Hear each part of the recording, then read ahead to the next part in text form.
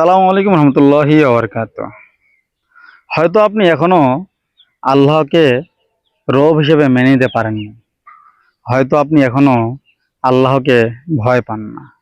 তাই তো মসজিদে আজান দিলেও আপনার উপস্থিতি মসজিদে দেখা যায় না। তাই তো আপনি এখনো মানুষের সাথে খারাপ আচরণ করছেন।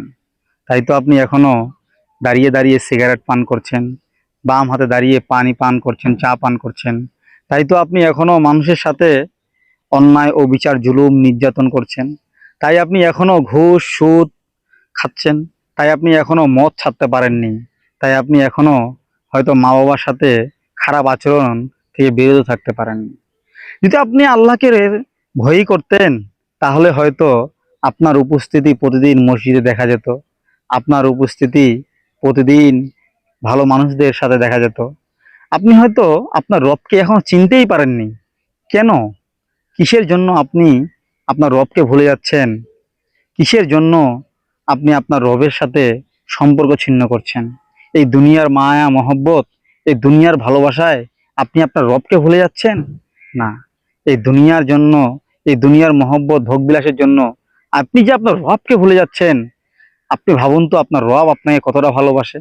আপনি একটু চিন্তা করুন তো, আপনার রব, যেই রব আপনাকে এই পৃথিবীর সুন্দর আলো বাতাস দিয়েছে, যে রব আপনাকে এই পৃথিবীতে নিয়ে এসেছে, যে রব আপনাকে এই পৃথিবীতে সুন্দরভাবে লালন পালন করেছে, সেই রবকেই আপনি ভুলে যাচ্ছেন। এর থেকে দুঃখজনক বিষয়, এক থেকে আশ্চর্য বিষয় আর কি হতে পারে যে আপনি আপনার রবকেই ভুলে যাচ্ছেন? কেন? জীবনের সকল কালো অধ্যায়কে পিছনে ফেলে রবের দিকে ফিরে আসা যায় না?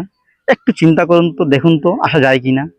আপনি যদি আপনার রবের দিকে ফিরে আসতে পারেন, তাহলে আপনি জানেন আপনার রব কতটা খুশি হয়ে যাবে। মরুভূমির মধ্যে একটি লোকের সহায় সম্বল বলতে একটি উটই ছিল। সেই লোকটি ওই উটটা হারিয়ে ফেলার পরে যদি উটটা ফিরে পায়, ওই লোকটি যত বড় খুশি হবে না।